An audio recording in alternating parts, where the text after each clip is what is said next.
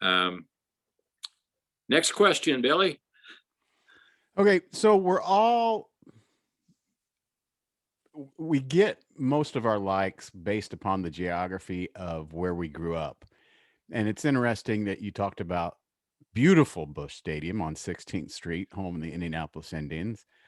My grandfather took me to about approximately 120, 130 games there from 1975 to 1986. And I got to watch some really good baseball. I got to see the Cincinnati Reds come to town, the Big Red Machine, and play exhibition games. um, I loved that. So because of where I was geographically in Indiana, of course I was a Cincinnati Reds fan. I want to know about how your love for the White Sox came about, and how did you stay a fan through all of the hard times with the White Sox? Did you ever get a chance? I'm going to toss other things into this question. Did you ever get a chance to meet Tommy John while he was with the White Sox, or even post White Sox? And were you kind of at the pinnacle when the White Sox won the World Series in 2005? Great question, Mr. Interviewer.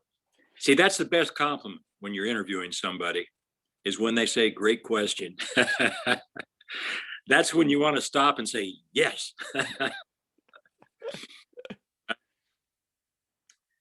I loved everything baseball. Eat, slept, and breathed baseball. I grew up on a farm a mile and a half north of my hometown. After lunch during the summertime, I would take my 3-speed bicycle and I would drive all over town to see which lot my buddies were playing baseball. There were Reds fans, there were Cardinals fans, there were Cub fans, and there were White Sox fans. But like I told you, we were influenced by Chicago radio and TV, but television, WGN out of Chicago, they televised both the Cubs and the White Sox. And I liked them both. And then in 59, when I was 10 years old, the White Sox went to the World Series. And that really influenced me. Fast forwarding into the 60s, up until about 1969, the Cubs were respectfully not very good. And I mean, you could shoot a cannon through Wrigley Field and not hit anybody. The crowds were so poor. The White Sox became very good in the 60s. So naturally, like any young person, I was influenced by winning and good players. And I listened to Bob Elson on the radio with Milo Hamilton, Jack Brickhouse on WGN. And so my allegiance became committed to the Chicago White Sox. And my dad was a farmer, but he had a second job as a custodian at our Catholic church and school in Remington. And my dad would never drive to Chicago. So this particular summer, after the White Sox had been to the World Series in 59, I'm gray on what year it specifically was, probably 60, 61, or 62. Our parish priest said, I'm going to take you and your mom and dad, we're going to go see the White Sox play the Cleveland Indians. So I'm riding in the back seat, coming up from the south on the Dan Ryan, headed to Comiskey Park, and I'm looking at everything. And I'm thinking about what I'm about to experience. And I thought to myself, when I grow up, I am going to attend as many Chicago White Sox baseball games as possible. So fast forwarding to 1970, I had a buddy and we went up to every Sunday doubleheader. White Sox were not very good. They lost 106 games that year. And because of that, crowds were down, and we could go buy a ticket at the box office and sit right behind the Sox dugout for a Sunday doubleheader. So I thought to myself, boy, if the White Sox ever get good, you won't have these kind of seats. So in 1972, I bought a partial season ticket package. And as relationships develop, we came to know some people who had better seats directly behind the White Sox dugout. And they said, how would you like to buy our Saturday and Sunday games?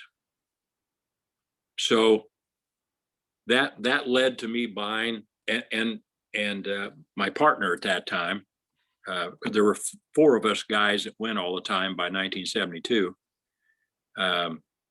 We'd go to the games on Saturday and Sunday, and just had so many great friendships. Fast forwarding, Billy, because I just had these partial season tickets participating with other people. When it came to the playoffs, I'd have to fend for tickets because the primary holders, they'd use the tickets. 2005, I say to my wife, as I had said many years before that, boy, I wish that I had a full season tickets. She says, why don't you do it? I didn't tell her what it was going to cost. I did it. I was introduced to a guy here in Lafayette at that time who was a fellow White Sox fan who could share in my expense. So to make a long story short, the very first year that I have season tickets to the White Sox is 2005, when they win the World Series. And I had great seats for every game. I kept pestering this season ticket rep, and she kept telling me, well, we just don't have anything available. And I called her up just a few weeks before the start of the 2005 season, and I said, don't you have anything? She said, well, let me talk to my sales manager. Well, they had 4 seats. There are roughly 30 some rows in the lower level. We sat next to the last row in the lower level, right off the concourse, looking right down the first base line. And so I bought them. And since then, now I'm on row 28. I look right down behind the visitors on deck circle, right down the third base line. And I've had those since 2005. So that's how my love for the White Sox has developed. I have spoken with Tommy John. He actually the White Sox had a great season in 72. And he was a member of the White Sox in 71. And he was part of a trade where he went to the Dodgers, and the White Sox were able to acquire Richie Allen, Dick Allen. It was a multiple player deal.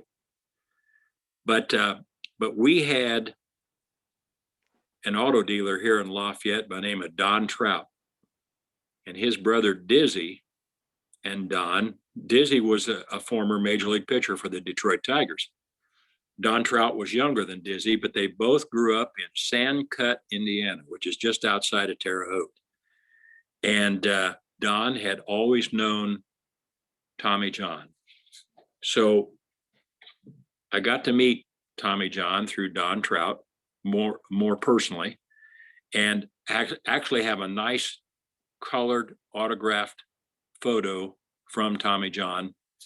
And so that's my story with Tommy John in the Chicago